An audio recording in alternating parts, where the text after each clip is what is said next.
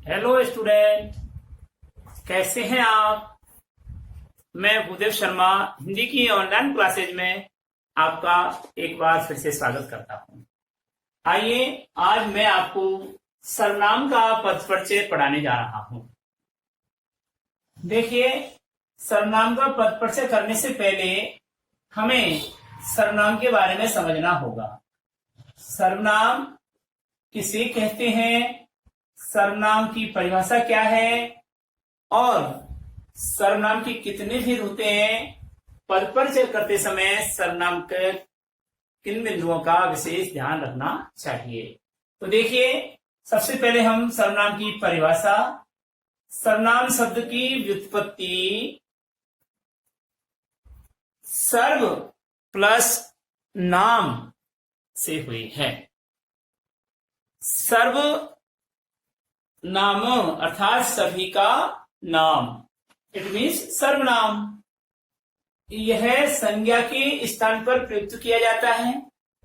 बार बार संज्ञा शब्दों की आवृत्ति से बचने के लिए हम सर्वनाम शब्दों का प्रयोग हमारी व्याकरण में करते हैं। तो सर्वनाम की परिभाषा क्या हुई? वे शब्द या शब्दांश, वे शब्द या शब्दांश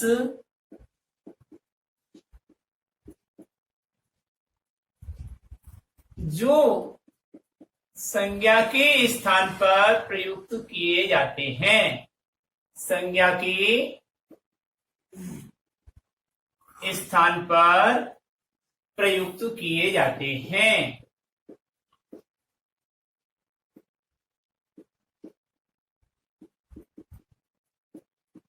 उन्हें सर्वनाम कहते हैं। उन्हें सर्वनाम कहते हैं।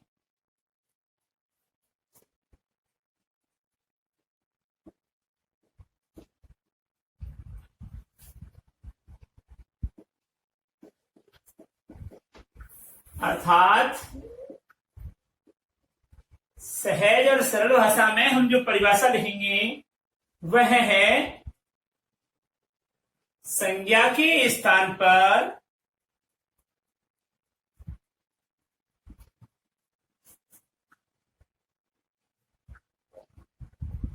प्रयुक्त किए जाने वाले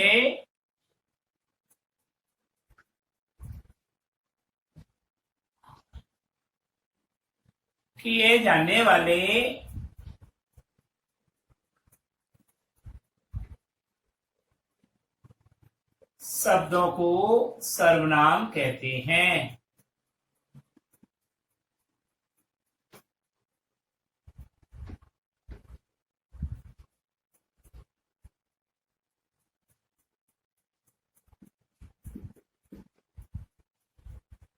सर्वनाम का अर्थ है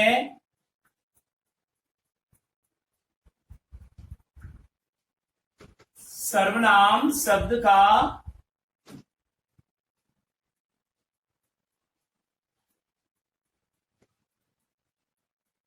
अर्थ है सभी का नाम।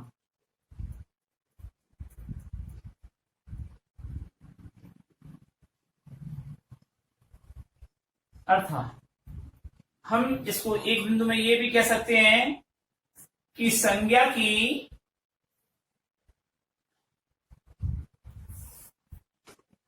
बार बार आवृत्ति से बचने के लिए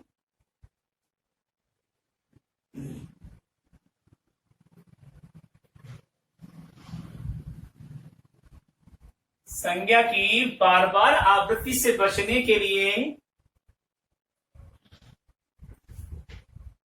वाक्य में सर्वनाम का प्रयोग किया जाता है। वाक्य में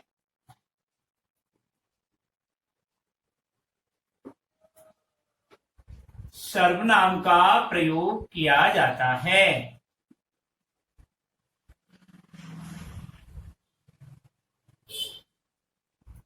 राइट, यानी कि मोहन विद्यालय जाता है, मोहन विद्यालय में संस्कृत पढ़ता है, मोहन संस्कृत की व्याकरण अच्छी तरह रट लेता है, पढ़ लेता है, तो बार बार मोहन के स्थान पर हम वह का प्रयोग कर सकते हैं, उसका प्रयोग कर सकते हैं, यह का प्रयोग कर सकते हैं। तो इस प्रकार संज्ञा की बार बार आवृत्ति से बचने के लिए हम सर्वनाम शब्द का प्रयोग वाक्य में करते हैं, और सर्वनाम का संज्ञा के स्थान पर महत्वपूर्ण क्या है, योगदान रहा है। अब आता है सर्वनाम की, जैसे यह, वह, वे, ये, मैं, हम, ठीक है, इत्यादि। ये क्या है, सर्वनाम शब्द हैं। अब आता है संज्ञा के भेद, सॉरी सर्वनाम के भेद।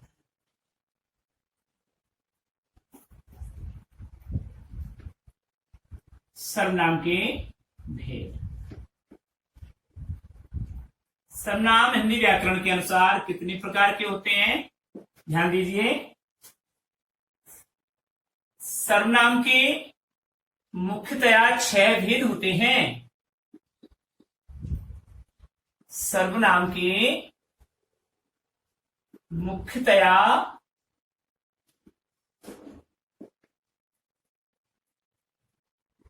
6 भेद होते हैं।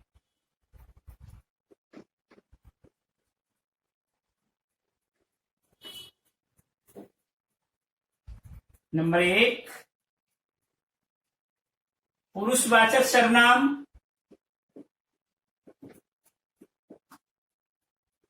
पुरुषवाचक सर्वनाम।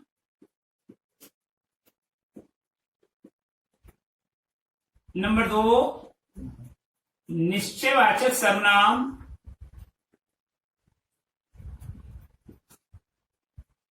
निश्चयवाचक सर्वनाम। नंबर 3, अनिश्चयवाचक सर्वनाम।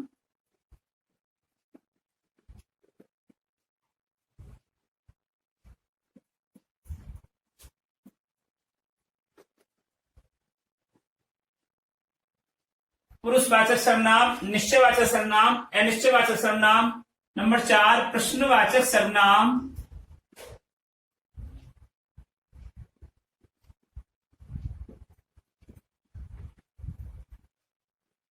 नंबर 5, संबंधवाचक सर्वनाम।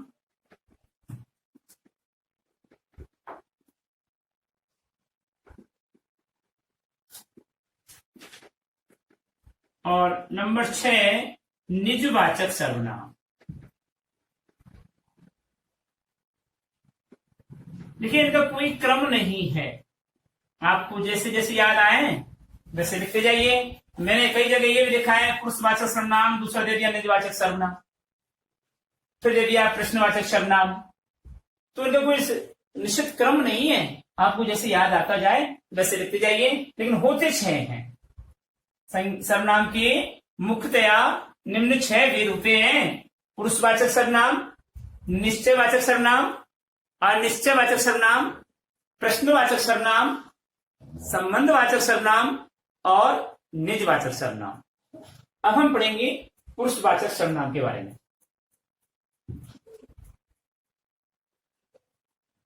पुरुषवाचक सर्वनाम के बारे में पढ़ते हैं।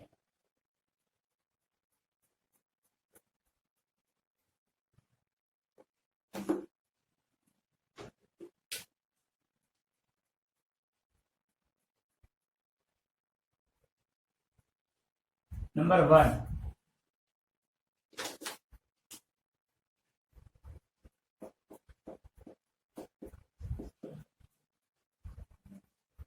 पुरुषवाचक सर्वनाम।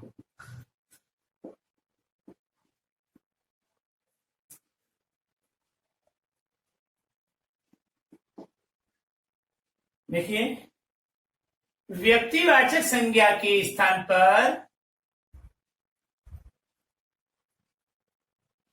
व्यक्तिवाचक संज्ञा के स्थान पर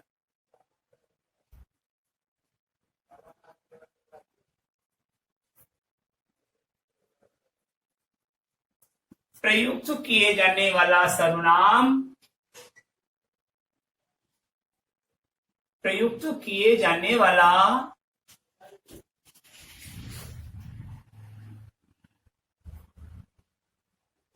सर्वनाम पुरुषवाचक सर्वनाम कहलाता है।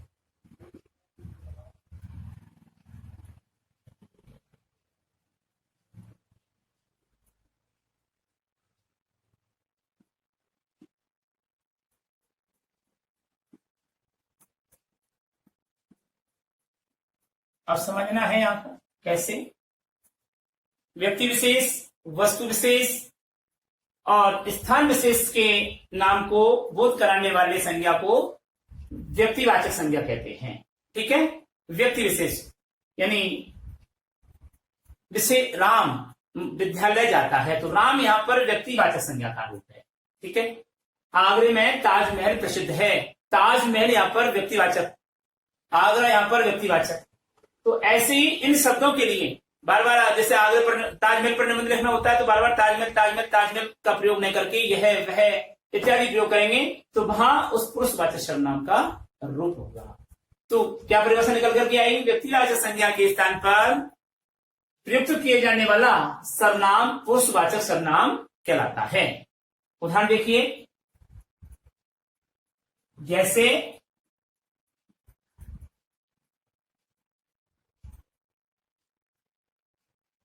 यह, वह, ये,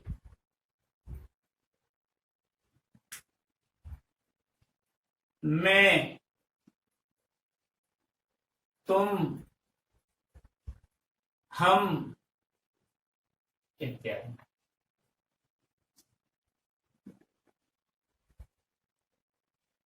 अब आया पुरुषवाचक सर्वनाम के भेद कि पुरुषवाचक सर्वनाम कितने प्रकार के होते हैं। तो यहां पर लिखेंगे पुरुषवाचक सर्वनाम,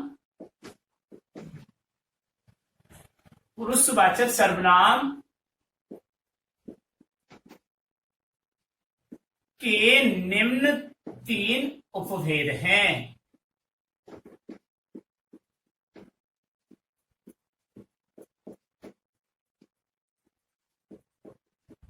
उपभेद हैं। नंबर 1,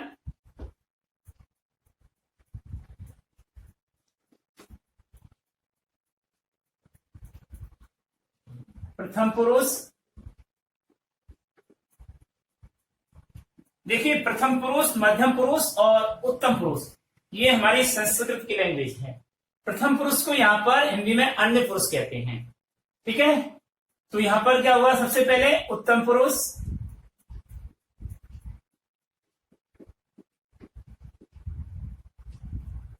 दूसरा पॉइंट नंबर 2 मध्यम पुरुष,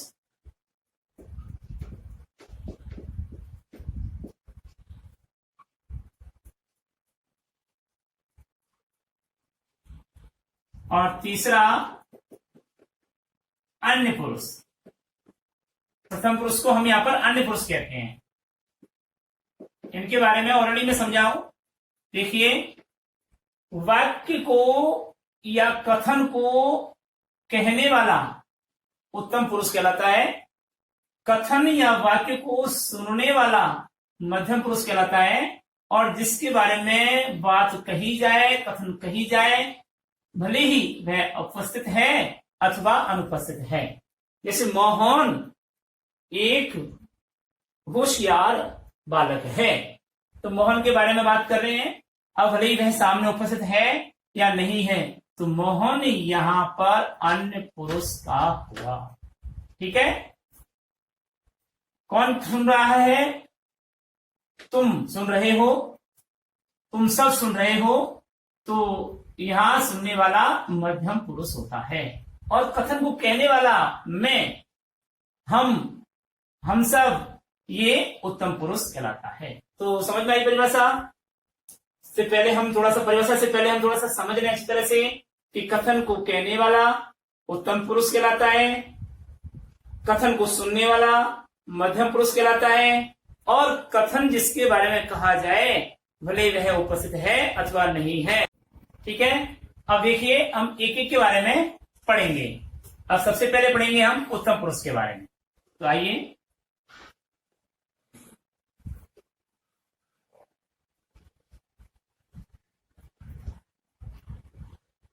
उत्तम पुरुष। कथन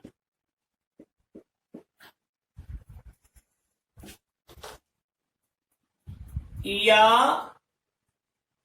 बात को कहने वाला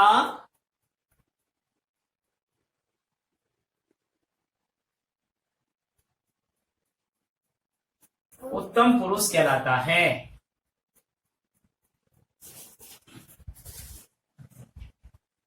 कथन या बात को कहने वाला उत्तम पुरुष कहलाता है। जैसे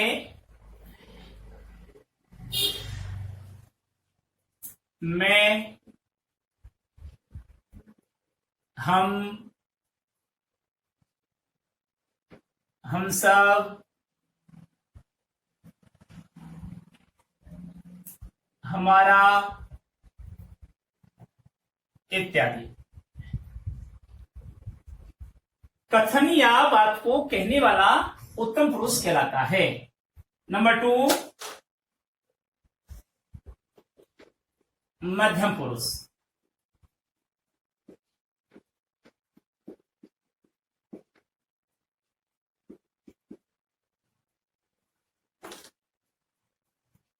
कथन या बात को सुनने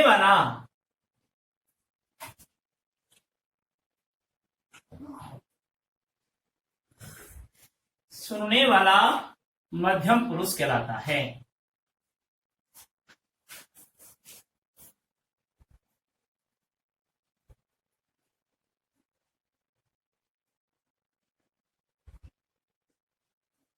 ठीक है। और तीसरा है पॉइंट नंबर 3, अन्य पुरुष, जिसका आप थर्ड पर्सन कहते हैं। अन्य पुरुष कथन या बात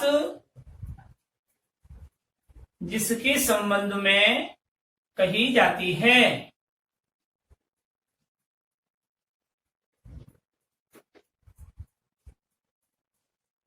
कथन या बात जिसके संबंध में कही जाती है,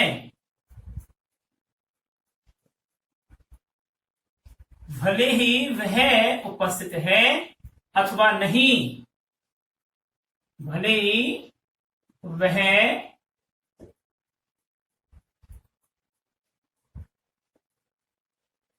उपस्थिति है अथवा नहीं, अर्धविराम, उसे अन्य पुरुष कहते हैं।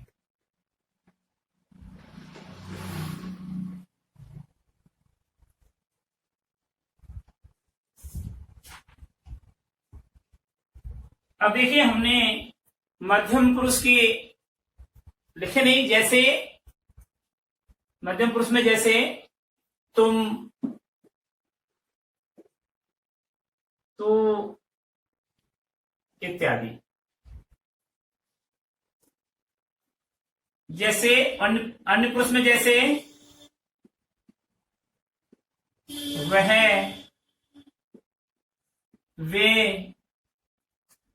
वे सब, यह, ये इत्यादि।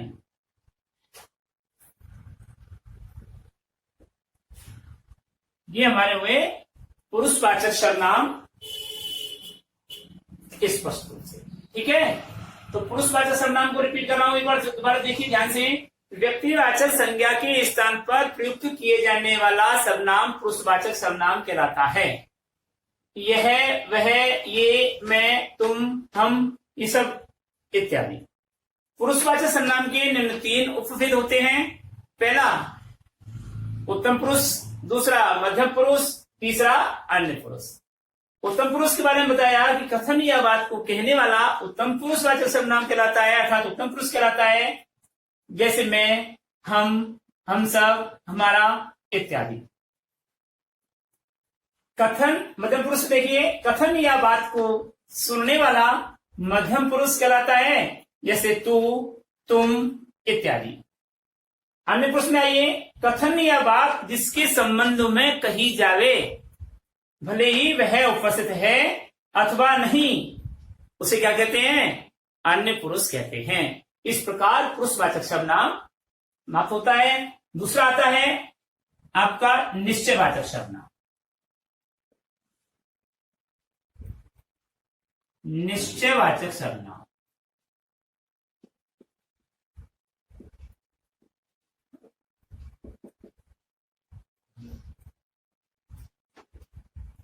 ध्यान दीजिए,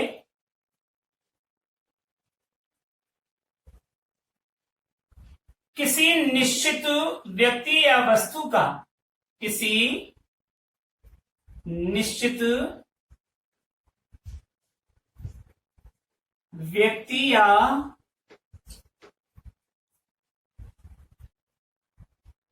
वस्तु का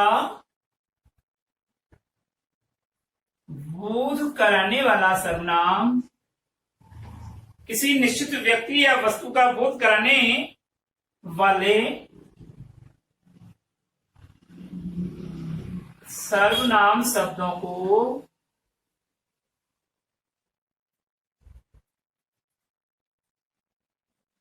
निश्चयवाचक सर्वनाम कहते हैं।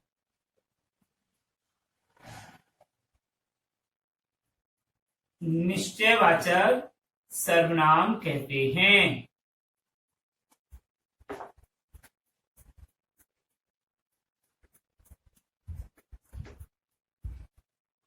किसी निश्चित व्यक्ति या वस्तु का बोध कराने वाले सर्वनाम शब्दों को निश्चयवाचक सर्वनाम कहते हैं। जैसे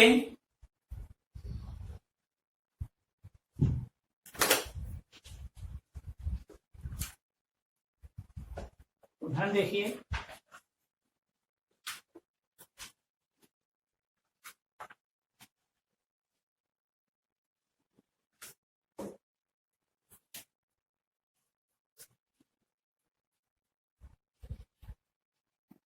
यह लड़का। अब निश्चित हो गया, यह लड़का निश्चित हो गया। यह पर्टिकुलर किसी लड़के के लिए आया है, यह, तो यह निश्चयवाचक सर्वनाम का रूप है, यानी संज्ञा से पहले प्रयुक्त हुआ सर्वनाम।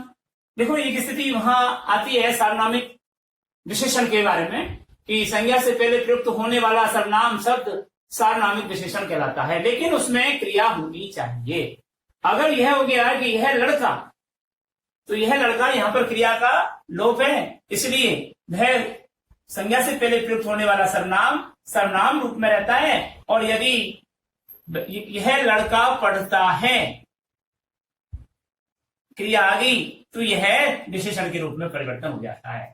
तो सार्वनामिक विशेषण और सर्वनाम में इतना अंतर है, ये विषय ध्यान रखें, कहीं हम इस जगह यह गलती न कर बैठे, अन्यथा हमारे नंबर नहीं आ पाते हैं। तो यह लड़का, ये शब्द आ गया, पूरा बात हो गया। तो यह लड़का के लिए आया है, तो यह सर्वनाम हुआ और निश्चयवाचक सर्वनाम हुआ। लेकिन यह लड़का पढ़ता है, इसके लिए आ गया, तो यह संज्ञा से बिल्कुल ठीक पहले प्रयुक्त किए जाने वाला सर्वनाम विशेषण में बदल जाता है, और वह सार्वनामिक विशेषण होता है। सार्वनामिक विशेषण किसे कहते हैं? वे सर्वनाम शब्द जो संज्ञा के साथ प्रयुक्त होकर विशेषता बताता है और संज्ञा से ठीक पहले प्रयुक्त होता है, उन्हें सार्वनामिक विशेषण कहते हैं। तो इतनी बड़ी गलती हम न करें, ये ध्यान देना है कि वाक्य में यदि क्रिया है तो वैसे सर्वनाम नहीं होगा, वह निश्चयवाचक सर्वनाम नहीं होगा, और वाक्य में अगर क्रिया नहीं है तो वह निश्चयवाचक सर्वनाम का रूप होता है। ये चीज विशेष रूप से हमें समझनी होगी, ठीक है। तो यहां पर उदाहरण होगा, यह है लड़का। वे छात्र, ये पुस्तक, ये पुस्तकें। तो यह, वे, ये सब क्या है? निश्चयवाचक सर्वनाम का रूप है। ठीक है। दूसरा आता है अनिश्चयवाचक सर्वनाम।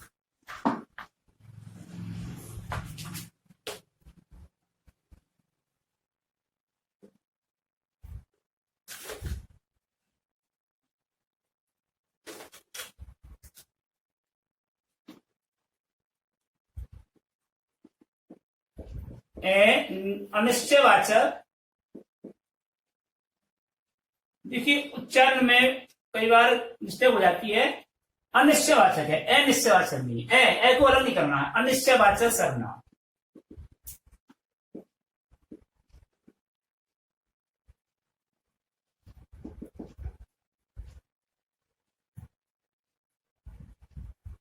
वे सर्वनाम शब्द, वे सर्वनाम शब्द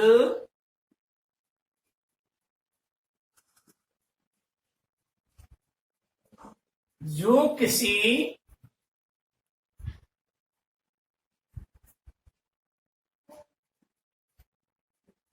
निश्चित व्यक्ति या वस्तु का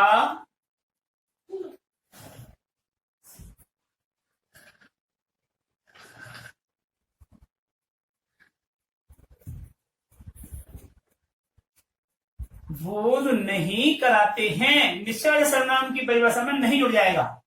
नहीं कराते हैं, उन्हें अनिश्चयवाचक सर्वनाम कहते हैं।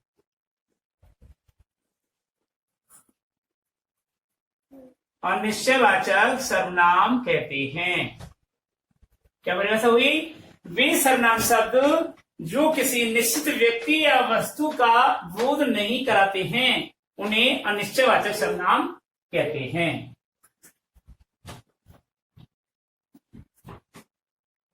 उन्हें अनिश्चयवाचक सर्वनाम कहते हैं। जैसे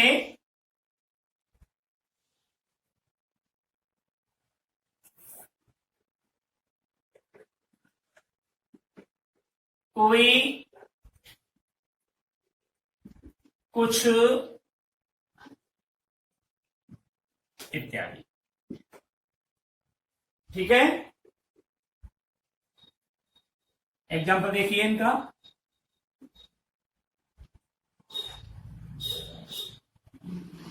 पानी में कुछ पड़ा है। अब निश्चित नहीं है क्या पड़ा है, इसलिए यहां पर अनिश्चयवाचक सर्वनाम है। ठीक है। और दूसरा उदाहरण देखिए।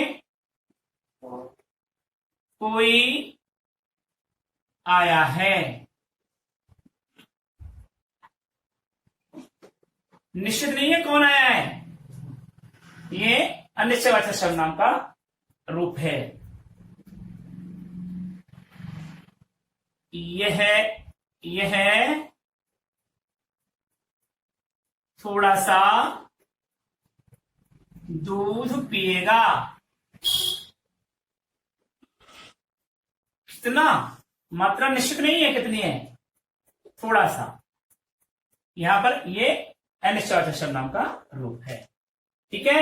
इस प्रकार हमारा ये अनिश्चयवाचक सर्वनाम पूरा होता है।